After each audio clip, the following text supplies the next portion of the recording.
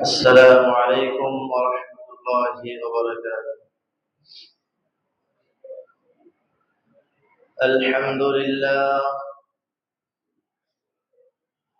الحمد لله الذي جعل الشمس والقمر بحسبان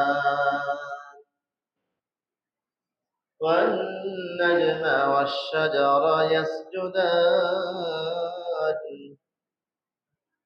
وفضل زمانا على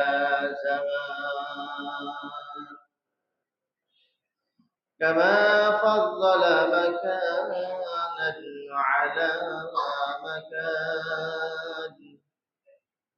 وإنسانا على إنسان ونشهد أن لا إله إلا الله وحده لا شريك له ونشهد أن سيدنا وسندنا وحبيبنا ومولانا محمد الذي أرسله بالحق بشيرا ونذيرا وداعيا إلى الله بإذنه وسراجا منيرا أما بعد فقد قال الله تعالى في كلامه المجيد وفرقانه الحميد وما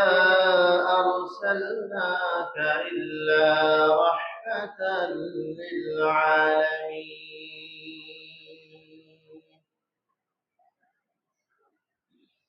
وقال رسول الله صلى الله عليه وسلم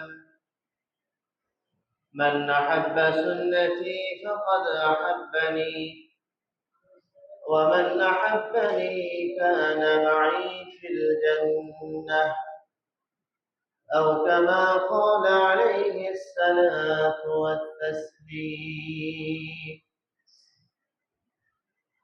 إن الله وملائكته يصلون على